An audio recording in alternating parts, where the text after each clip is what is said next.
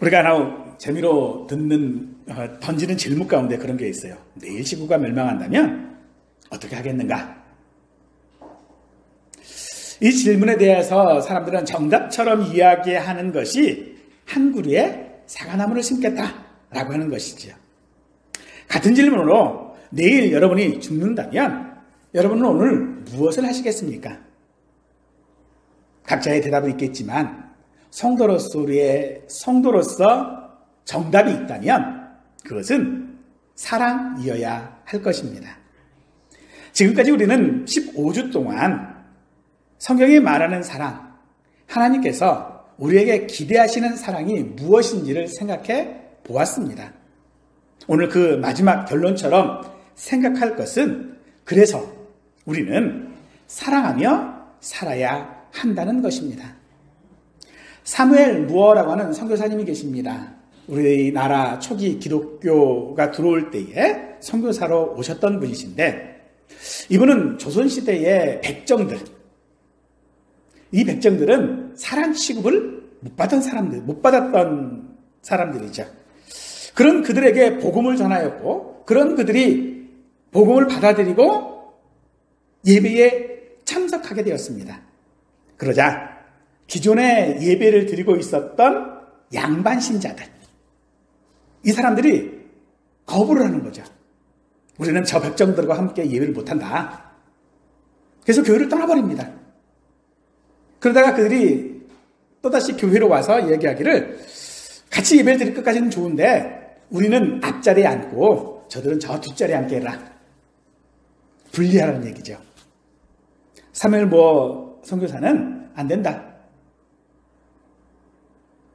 결국은 이 양반신자들은 별도로 따로 예배처소를 마련하고 예배를 드리기 시작했습니다.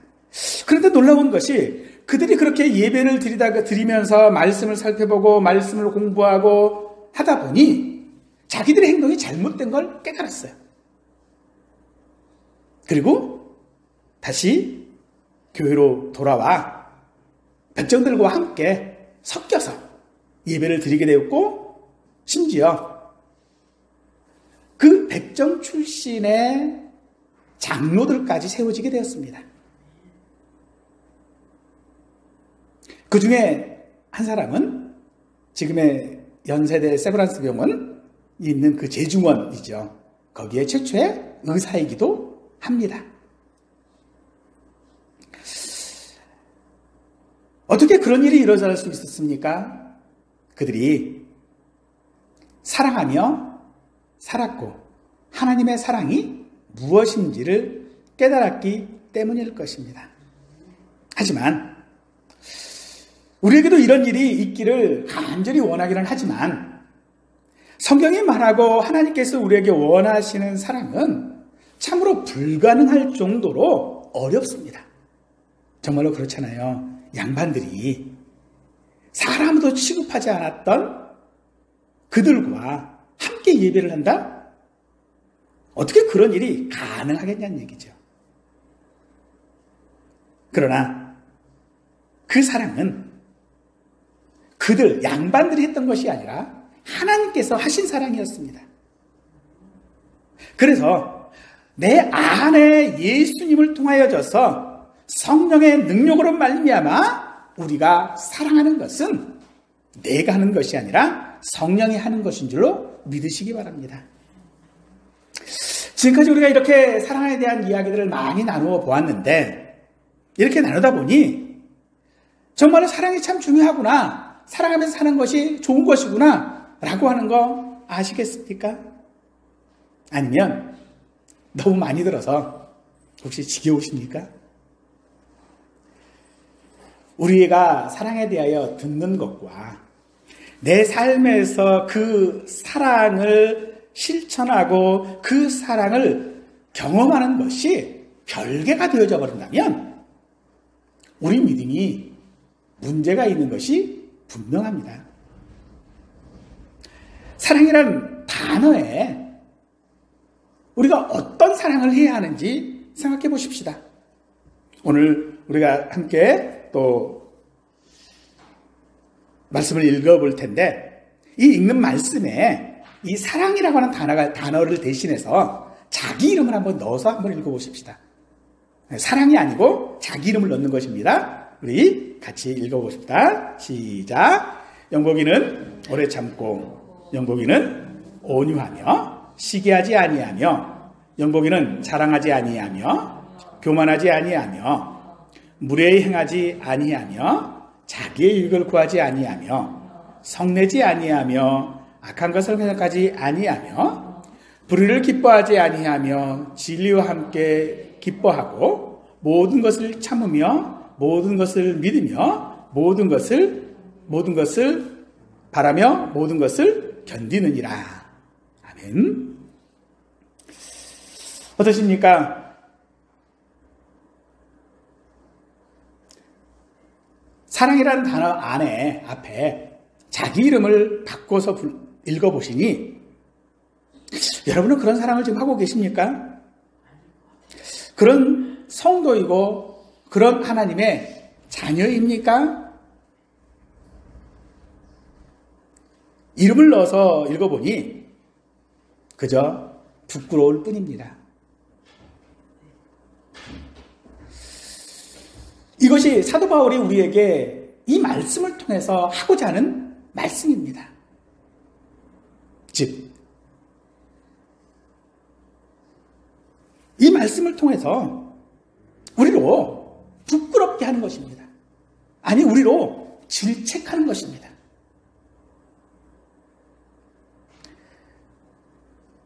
이 고린도 전서를 받는 고린도 교회, 이 성도들은요, 참 은사가 많은 사람들이었습니다. 능력도 누구보다도 뛰어난 그런 사람들이었습니다. 그런데 그런 교회에 은사도 많고 능력도 많은데 그런 교회에 잠잠할 날이 없어요. 서로 자기의 은사와 자신의 능력이 우월하다고 다투기 일쑤였다는 것입니다. 그런 그들에게 사도 바울은요, 가르치는 것이 아니라 사랑은 이런 것이다 라고 하면서 그들을 질책하고 있는 것이라는 것이죠.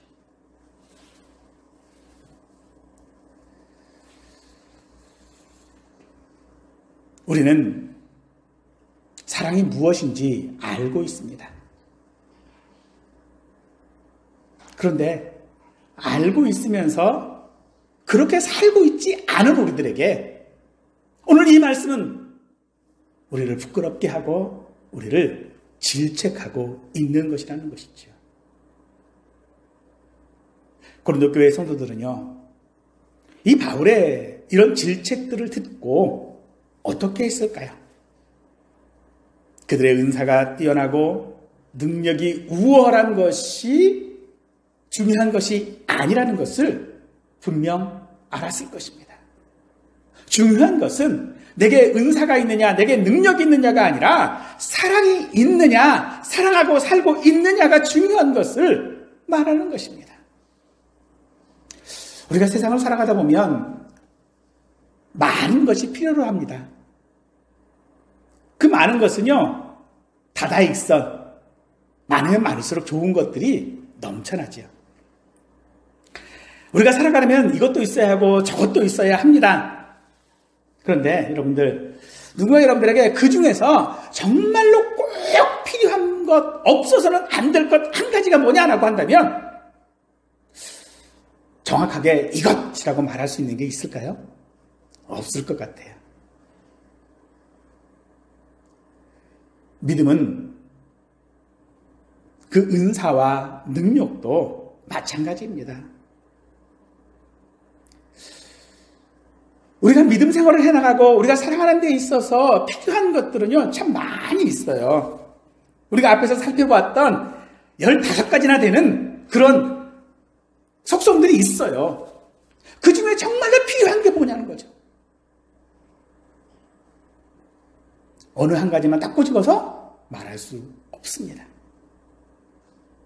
그런데 지금 사도 바울은 오늘 우리에게 뭐라고 말하냐, 한 걸음 더 나아가서 말하기를 그것들은 아무 소용없는 것이다.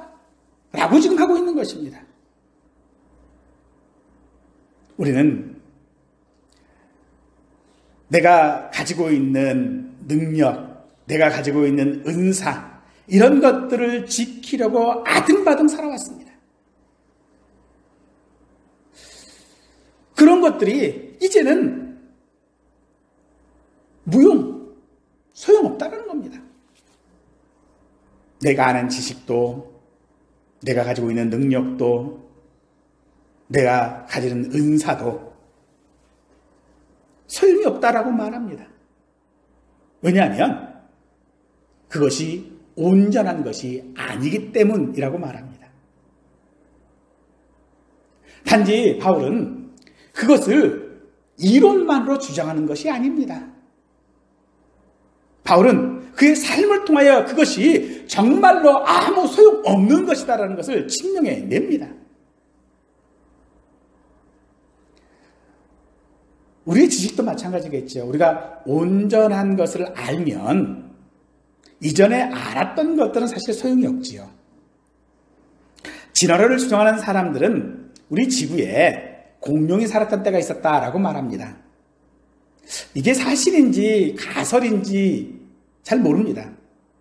그런데 진화론자들이 주장하는 그 공룡의 화석들, 그 화석들을 가지고서 공룡 뼈를 만들고 그것들을 전시하지요. 어떤 공룡은요, 그 전체 몸 길이가 30m가 넘는데요. 그래서 그 공룡 하나를 전시하기 위해서 건물 하나를 지어야 할 정도로 크다고 그럽니다. 그런데 여러분들 그거 아세요? 그런 공룡의 뼈가 온전히 발견된 게 없습니다. 그 공룡도요, 전체 30m의 그 길이 가운데 발견된 뼈는 1m도 안 됩니다. 그럼 어떻게 그렇게 만들었냐고요? 지금의 동물들과 비교를 하는 거예요. 야, 지금 이 동물의 이 엉덩이 뼈가 이 정도인데 그 엉덩이 뼈가 추정되는 그 뼈가 이 정도니까 그 동물은 이만큼 컸을 것이다 라고 상상하는 거예요. 우리 지구가 만들어진 이 지구 우주를 생각해 봐도 그렇습니다. 이 우주에는 태양계와 같은 것들이 수천 개가 있대요. 그런데 그 수천 개가 모인 그 태양계 전체를 다 가지고 우리가 뭐라고 그러냐면 은하계라고 얘기를 하지요.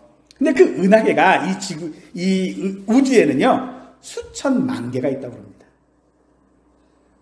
그 증거로 사진을 보여줘요. 성운이라고 하는 그런 은하의 사진들을 보여주거든요. 그 사진은 어떻게 찍었죠? 그린 겁니다. 그림이에요. 그래픽이에요.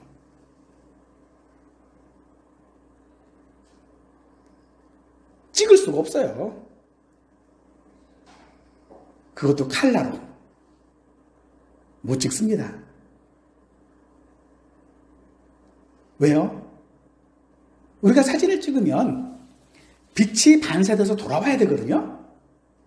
근데 이 빛이 얼마큼 가야 된다고 그래요? 이 사람들이 떨어져 있는 거리가 몇십만 광년이래요. 그럼 내가 여기서 찰칵 찍었으면요, 그게 다시 돌아오려면 얼마가 걸려야 돼요? 몇십만 광년이 걸려야 돼요. 근데 그 사진이 어떻게 나와요, 지금?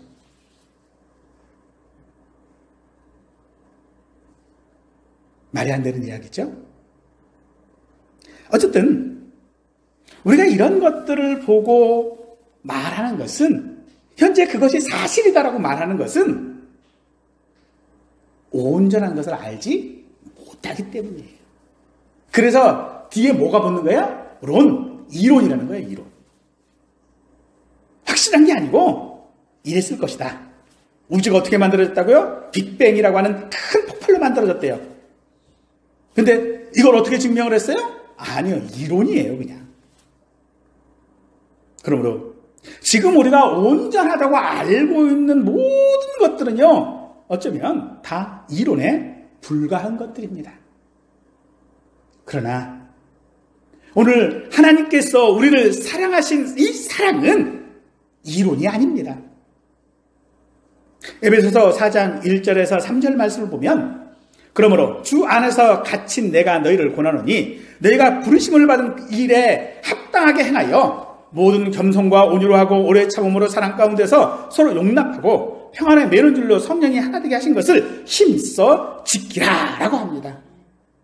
즉 하나님의 이 사랑이 이론이 아니고 실제이기 때문에 우리는 그 사랑을 받는 자로서 합당하게 행해야 하며, 그것을 그냥 대충대충이 아니라 힘써 행해야 한다라고 말합니다.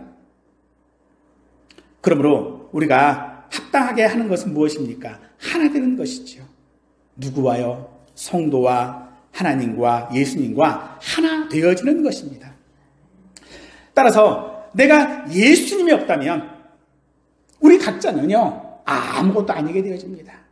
즉 내가 살아가는 삶 가운데에 이 사랑이 없으면 나는 아무것도 아니다라고 말하고 있는 것입니다. 지금 우리는 어떤 것들을 가지고 살아가고 있습니까? 내가 가진 것 가운데에 영원한 하나님 나라에서 가진 것에 비하면 지금 내가 가진 것은요, 아무것도 아닙니다. 신비한 체험을 하는 것도 마찬가지입니다. 하나님께서 연약한 우리의 믿음을 인도하시기 위해 하나님께서는 임시적인 방법으로 우리에게 은혜를 허락하시는 것이지요.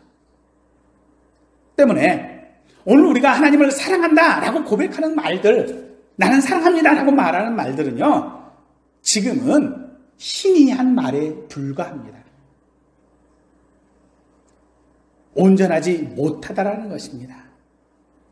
그러나 다른 것과 달리 이것이 온전하지 못할 뿐 아무것도 아닌 것은 아니라는 것이지요.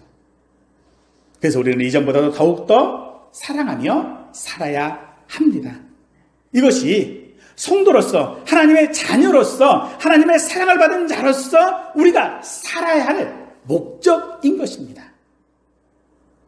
물론 우리는 다양한 일들을 하며 살고 있지요. 그러나 그 일 자체를 위해 사는 것이 아닙니다. 오히려 그 일을 함으로 하나님의 사랑을 드러내야 하는 것입니다. 우리에게 어떤 일이냐라는 것보다 하나님께 영광이 되느냐가 더 중요하다라는 것입니다. 하나님께서는 그런 사랑을 하기 위해 우리에게 각종 수단과 도구를 주셨는데, 그런 수단과 또는 도구를 그저 최고로 여기는 것은 온전하게 알지 못하는 그런 우리의 미련함 때문일 것입니다. 어린아이처럼 혹은 희미한 거울을 보는 것처럼 알고 있기 때문인 것이죠. 시골에서 자란 분들은 아시겠지만 제 기억 속에 제 고향에 저수지가 하나가 있어요. 엄청 컸어요. 근데 어른이 돼서 가보니까요, 세상에 그렇게 작을 수가 없어요.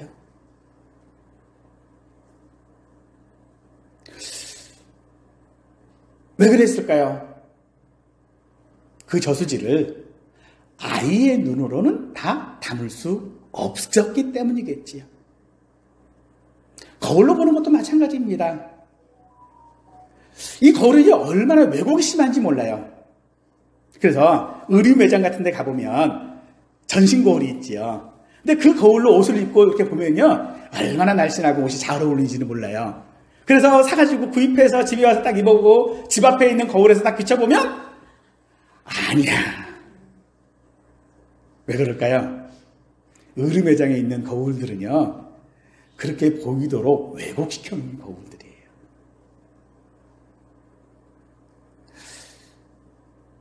여러분들 나이가 들면 지팡이가 필요하게 됩니다. 왜 지팡이가 필요합니까? 네, 다리가 시원치 않아서 그렇겠죠. 그래서 그 지팡이는요, 보조수단이에요. 근데 그 보조수단을 금으로 만들고 다이아몬드로 만들었다고 치십시다. 그거 사용할까요? 아니요. 집에다가 박물관에 모시는 것처럼 아마 모셔놓고 전시해 놓을 거예요. 그러고서는 뭐라고 그래요? 야, 나는 이런 지팡이 가지고 있다라고 말할 거예요. 그리고 그걸 자랑을 합니다. 미련한 짓입니다. 내가 이 땅 가운데서 사랑을 위하여 하나님께서 내게 은사를 주셨고 능력을 주셨는데 그 은사와 능력을 가지고 내가 자랑을 하면 미련한 짓이라는 거예요.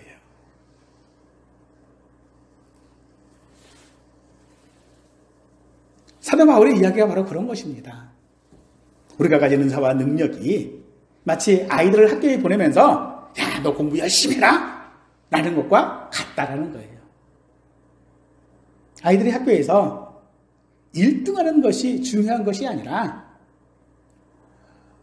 공부하는 것이 목적이 되어져 버리면 그저 경쟁하고 평가하게 되어지지요.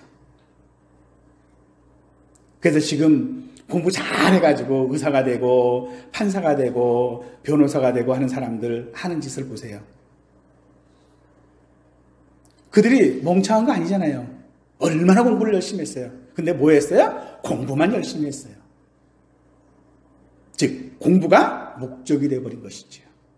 하지만 학교에 아이들을 보내는 이유가 공부하라고 보내는 것입니까? 아니잖아요.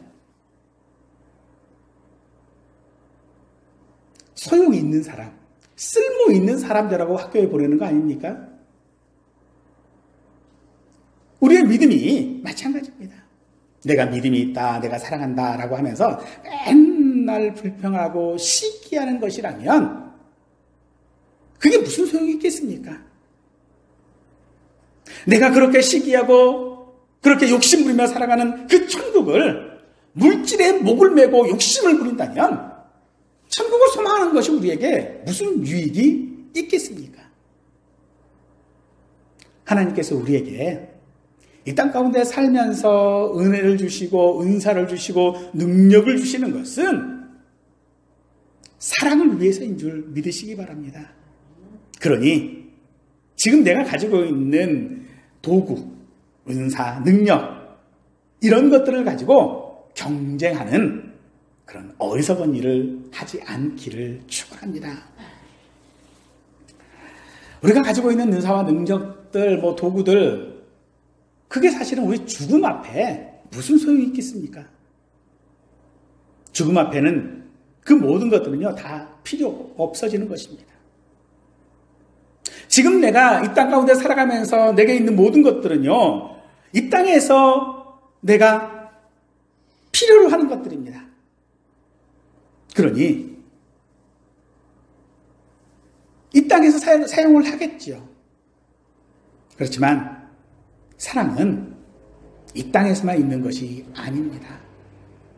우리가 이 땅에서 죽은 후에도 여전히 우리에게 필요한 것이 사랑입니다. 그렇기 때문에 우리는 사랑하는 법을 배워야 하는 것입니다. 목적이 이루어진 다음에 도구나 수단은요 다 폐하고 그쳐져야 하는 것입니다. 좀 나쁜 말로 나쁜 의미로 사용되는 것이긴 합니다만 토사구팽이라고 하는 말이 있지요. 토끼를 사냥한 다음에 사냥개를 잡아먹는다는 말입니다. 근데요 비록 우리 땅에서 살아가는 은사와 능력이 꼭 그런 것은 아니지만 그런 것처럼 은사와 능력들은요 이 땅에서 내가 필요할 때에 요긴하게 사용해야 하는 것이지 자랑하는 게 아니라는 것입니다. 어떤 사람들이 그런 얘기를 해요. 계시. 자기는 하나님의 계시를 받았다라고 주장하는 일부 이단들이 있습니다.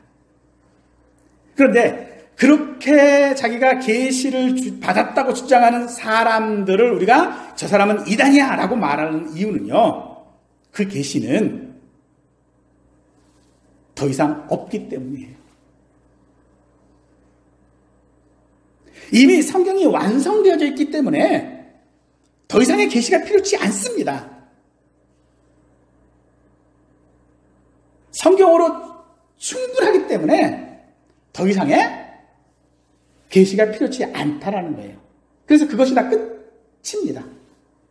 그것처럼 우리의 은사, 능력도 마찬가지입니다. 그것이 사랑하는 데 사용되어져야 되는 것이지, 그리고 사랑하는 데 사용되어지면 그것으로 끝입니다. 결과만 남는 거예요. 사랑만 남는 거라는 것입니다. 그러므로 내게 주어진 모든 것들은요, 사랑이라는 목적에 이르는 수단으로 주신 줄 믿으시기 바랍니다. 그래서 은사는 수단으로 사용해야 유익한 것입니다. 수단은 목적이 이루어지면 더 이상 존재할 필요가 없습니다. 이 땅의 것들은 잠시 있다가 다 지나가는 것들입니다. 그러므로 지나가는 것에 집착하는 것은요, 바람을 잡으려는 것과 같은 것입니다. 이는 분명 어리석은 일이겠지요. 은사나 능력을 우리의 삶의 궁극적인 어떤 목적으로 삼아버리면 사실 하나님의 사랑은 아무것도 아닌 것으로 만들어버립니다. 지금 우리에게 있는 것은요, 사랑을 위한 수단이고 도구인 줄 믿으시기 바랍니다. 그것들을 통해 사랑하는 능력을 높이고 은사를 통해 사랑으로 섬기는 것이 우리의 삶이어야 한다라고 말하는 것입니다. 수단과 도구를 가지고 사랑하지 말고 그것으로 하나님을 사랑하고 내 이웃을 내 몸과 같이 사랑하며 살아간다면 내가 가진 수단과 도구가 다른 사람과 다르다고 해서 결코 우리가 주눅들 필요가 없겠지요. 그렇게 되면 이 땅에서 내가 살아가는 모든 자격지심 또한도 사라질 수 있을 거라 믿습니다. 저 사람이 가진 은사와 내가 가진 은사가 다른 것 아닙니다. 그 사람이 가진 은사도 사랑을 위한 것이고요, 내가 가진 은사도 사랑을 위한 것입니다. 내 눈으로 보기에 저것이 나보다 더 좋은 것 같아 라고 할지라도 아니라는 것입니다. 그러므로 우리는 이 한 가지 일, 즉 하나님을 사랑하는 일을 위하여 살아가야 합니다. 하나님께서 우리 사람을 지으신 목적도 바로 이것이었습니다. 따라서 그 어떤 것도 우리를 하나님의 사랑으로부터 끊을 수 없으며 그 어떤 것도 우리 마음에 품은 사랑을 빼앗을 수 없는 줄 믿으시기 바랍니다. 여러분들, 어린 아이와 희미한 거울의 공통점이 무엇인지 아시겠죠? 그것은요, 모든 것을 다 담지 못한다는 것입니다. 저는 사진을 좋아합니다. 그런데 사진을 찍어보면요, 내 눈으로 보는 것처럼 카메라가 찍지를 못해요.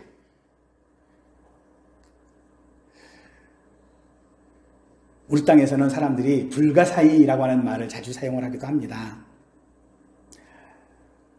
우리의 이해로는 이해하지 못하고 알지 못하는 것이 너무 많다라는 것이겠죠. 하지만 아이의 일을 버리면 그것이 보입니다. 하나님께서 우리에게 원하시는 것은요, 그 일을 잘했느냐가 아니라 그 일을 통해서 하나님을 사랑하느냐라는 것입니다. 100점짜리 시험지가 중요한 것이 아니라는 것입니다. 경쟁하고 수단을 가치로 여기는 그런 어린 아이의 일을 버릴 수 있기를 축원합니다. 살면서 우리는 하나님이 정말로 나를 사랑하시나? 나를 외면하시는 것은 아닌가? 하나님께서 나를 버리시는 건 아닌가? 우리는 때로 두려워할 때도 있습니다. 그런데 그 두려움의 대부분이 어떤 것이죠? 내가 능력이 좀 부족했을 때에, 내게 고난이 있고 어려움들이 있었을 때에, 그래서 우리는 그 고난이 너무 커서 그 하나님의 사랑을 미처 깨닫지 못합니다. 스스로 자격지심에 피하거나 무너질 수 있는 것이 우리들입니다. 그렇다고 해서 그것들이 하나님의 뜻이라고 우리는 뜻이 아닌 아니라고 하는 것을 우리는 잘 알고 있습니다. 그럼에도 불구하고 우리가 그런 의심들을 하는 이유는 뭘까요? 바로 사단이 준비한 것들 때문에 그렇습니다. 바로 정죄하는 것입니다. 야, 네가 그런 것도 못하면서 그것도 못 참아주면서 사랑한다고? 어불성설이다. 이럽니다. 야, 네가 그것도 안 해주면서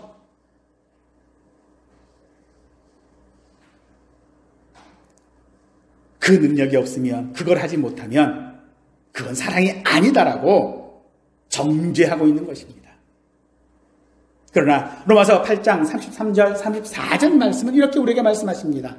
누가 능히 하나님께서 택하신 자들을 고발하리요. 의롭다 하신 이는 하나님이시니 누가 정죄하리요.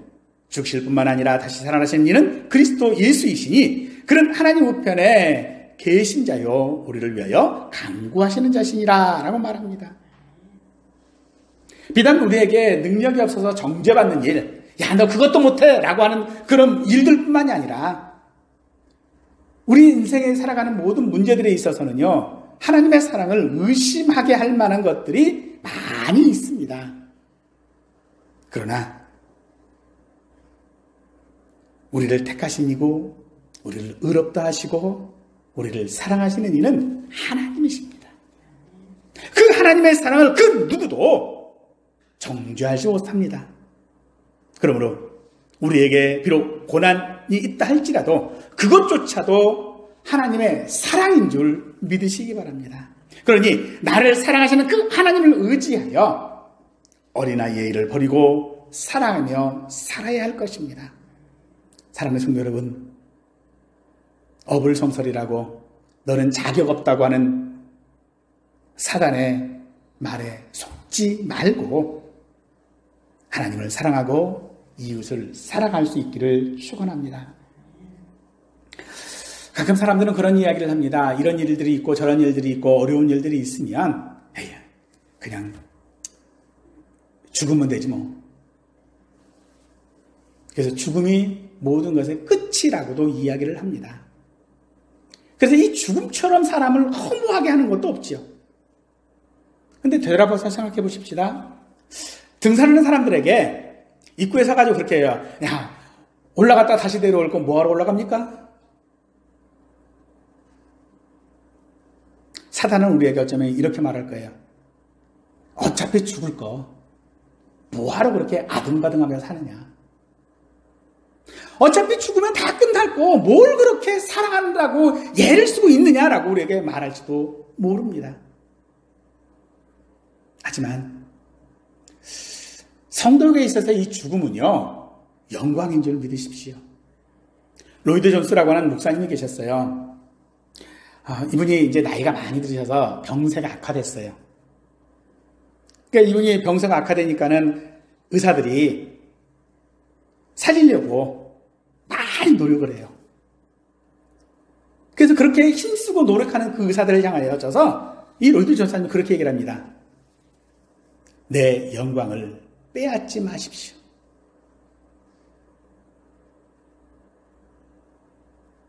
죽는 것이 자기의 영광이라는 겁니다. 왜요? 지금까지 하나님의 사랑을 받았고 그 하나님의 사랑을 실천했고 그 하나님의 사랑을 위하여 살아가는 자신의 삶이 이제는 온전하게 하나님을 사랑할 수 있는 그 자리에 이를 수 있게 되었으니 그것이 자기에게 영광이라고 말하는 것입니다. 믿음을 통해 하나님의 사랑을 하며 사는 성도들의 죽음은 그래서 결코 위협이 되지 않는 것입니다. 그래서 수많은 순교자가 있는 이유도 그래서인 것이지요. 세상은 여전히 우리의 사랑을 필요로 합니다. 하지만 우리는 그 사랑이 어렵다고 우리가 포기해버리면 하나님께서 나를 사랑하신다라고 하는 것을 우리가 어찌 믿는다라고 말할 수 있겠습니까? 우리는 분명 삶의 여러 부분에서 실패를 경험하고 살아가고 있습니다. 사랑에도요 마찬가지지요. 우리가 하나님을 사랑한다라고 말로만 하지 않고 하나님을 사랑하는 여러 가지 일들을 분명히 하고 있습니다만 그것 역시도 실패하는 경우들이 더 많습니다. 내 가족과 내 이웃을 사랑한다고 말하고 있지만은 사랑한다라는 그 순간보다 오히려 미워하는 순간들이 우리에게는 더 많을지도 모릅니다. 그러나 내가 그 사랑에 실패했다 할지라도 하나님은 여전히 우리를 사랑하시는 줄 믿으시기 바랍니다. 그렇기 때문에 죽음이 우리의 삶에 위협이 되지 않는다면 고난과 시련도 사랑하며 사는 우리의 삶에 그것이 문제가 되지 않아야 할 줄로 믿습니다. 혹시 어려운 일들을 만나고 시련을 당해 내 믿음의 송두리째 흔들린다면 우리는 하나님의 사랑을 생각할 수 있기를 원합니다.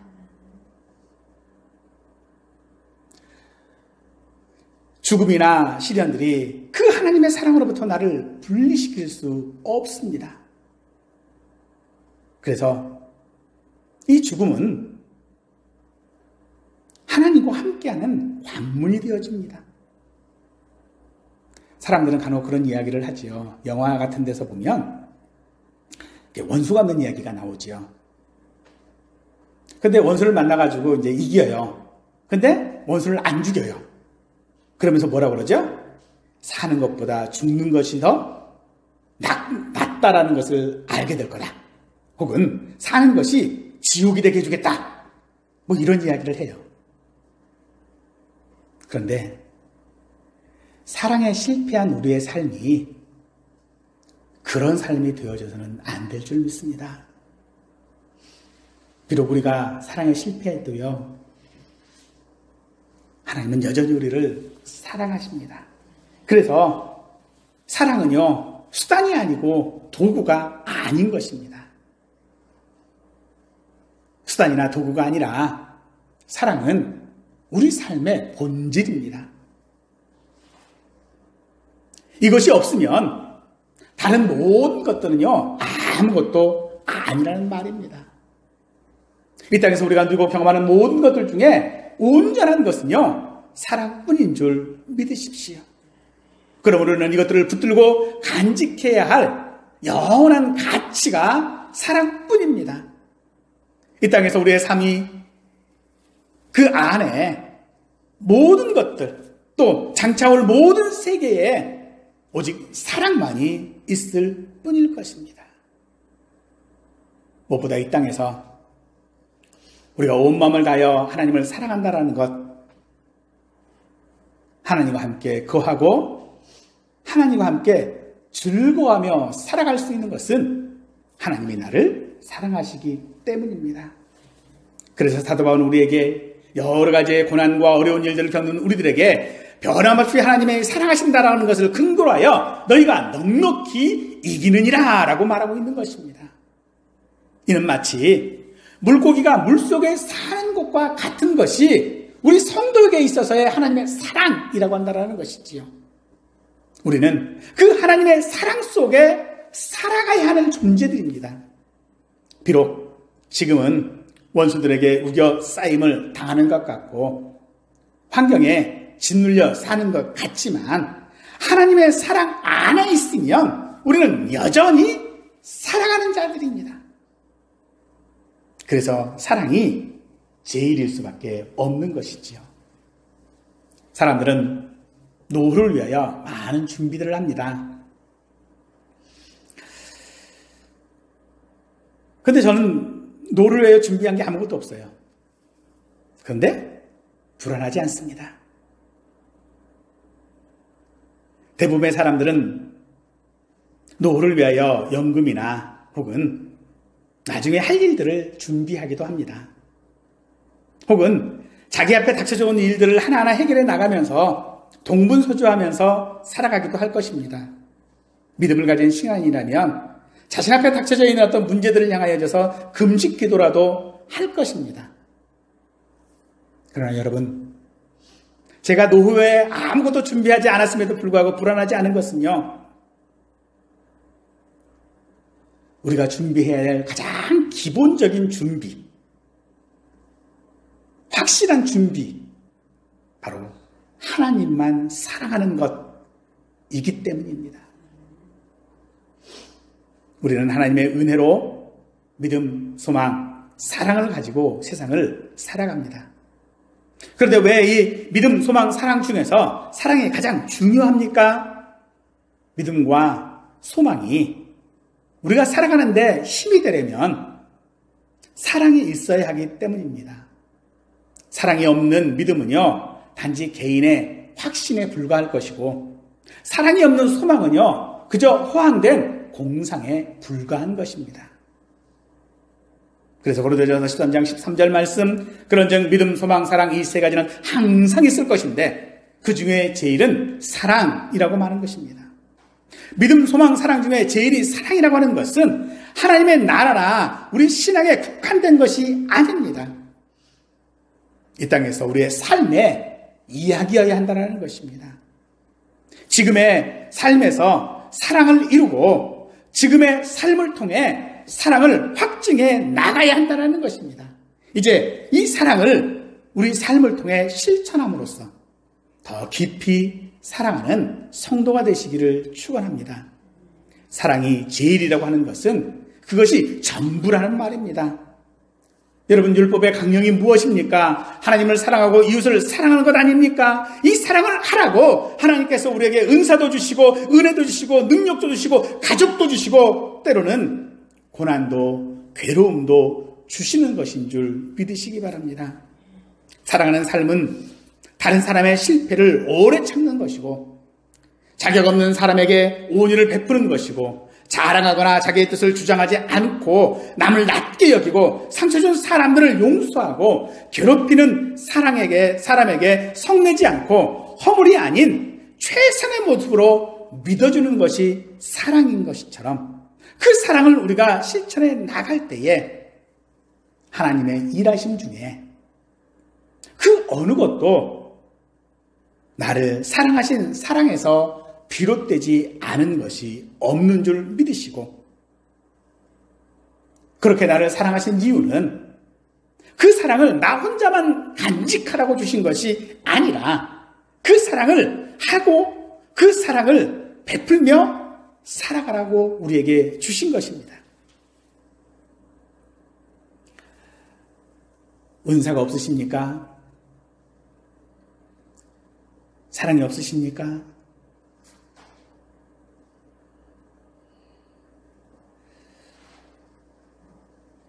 자격이 없다고 생각하십니까? 아닙니다. 우리는 이미 사랑할 능력과 자격이 충분합니다. 왜냐하면 우리는 하나님의 사랑을 받기 때문입니다. 그래서 사랑하려면 손해도 보고 희생도 하고 투자도 해야 한다면 그렇게 해야 합니다. 지금 우리의 사랑은 너무 크거나 넘치는 사랑이 아닙니다. 그렇다고요, 모자라거나 작은 것도 결코 아닙니다. 지금 내가 가지고 있는 사랑, 내가 실천하고 있는 사랑, 그것은요, 지금 내 상황에 가장 알맞은 사랑이기 때문에 그렇게 살아가도록 하나님께서 우리에게 은사를 주시고 은혜를 주시고 능력을 주시는 줄 믿고 서로 사랑하며 살아가는 우리 모두가 되시기를 간절히 축원하겠습니다.